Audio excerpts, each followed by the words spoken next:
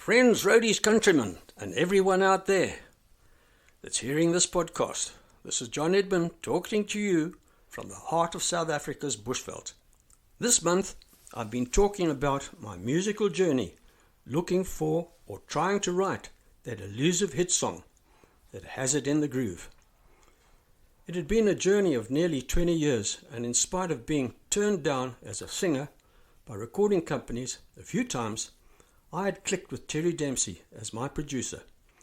Well, Terry sold his music label, and an old friend and record producer called Patrick van Blerk said that he would like to produce my records. Well, what about finding a song, a hit song at that? I continued writing songs, and even a few international artists recorded my songs. I even composed some songs on the bagpipes, which I'd learned to play, and featured in my live performances. I was honoured when a famous Scottish pipe band recorded my song called The Penalonga Piper. But what about that hit? Well, Patrick said, "Hey, Jono, get out the guitar and you write the hit." Easier said than done, Patrick. Well, I wrote a song called Rock and Roll Guitars as a sort of tribute how my guitar never let me down. We thought the formula for a hit was right.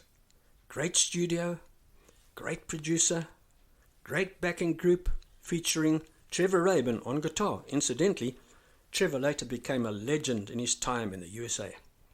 And then Patrick said, what about the B-side? Because every single had a B-side, they called it. And you usually just put a song on there that didn't really mean much. I said, why don't you put one of your compositions on it, Patrick? Well, Patrick said he and Francois Roos, the brilliant musical director, had an instrumental tune, but they could not write the lyrics. I said, well, let me hear it. So they played it in the studio. I said, have you got a title? He said, yeah, we call it Goodbye is the Saddest Song. Well, to me it sounded like a dirge. So in 5 minutes I wrote a lover's breakup lyric. And as a warm-up to the rock and roll guitars, I put down the vocal. Oh well, only a B-side. But as I say, the melody, backing vocals were superb. The single went out to all radio stations. And as a rule, the program compilers always play the B-side to hear what rubbish you put on it. And some station in the Cape played it over the air. Well, the listeners went crazy. There must have been thousands of broken-hearted lovers out there in the Cape because the sales and requests came pouring in. Hit number 7 in a row. In the meantime, my friend Dave Mills had also had 7 A-side singles, which had also become hits. So Dave and I shared the same good fortune. Of course, at the time, there were other brilliant South African artists that probably had more than 7 hits, but not in a row. Wow, that was something. I continued writing songs and was approached by Peter V, another great producer and artist himself, to do an album for him called From the Heart. A kind of love songs album with great selection of internationally composed songs, and Peter asked me to put some of my own ones in. So I wrote a few. Actually, being a love song album, I wrote one for Teresa, my wife, called The Electric Thing. And then because she had Portuguese heritage and was a dancer, I wrote Portugal, I Love You. These 2 songs were put on a single, and for some reason, the single found its way to Brazil, of all places. It was released there and was not a national hit, but it was a minor hit, and it got some very good airplay. You never know with a song. There were so many subjects that took my interest, and they were fertile inspiration to write songs on. For instance, there was the Rhodesian Bush War, in which I was involved, songs for children, songs about wildlife, and even one for the Boy Scout movement. I was honoured to be asked to write a song and an album for the South African contingent that attended the Boy Scout Jamboree in Korea in 1991.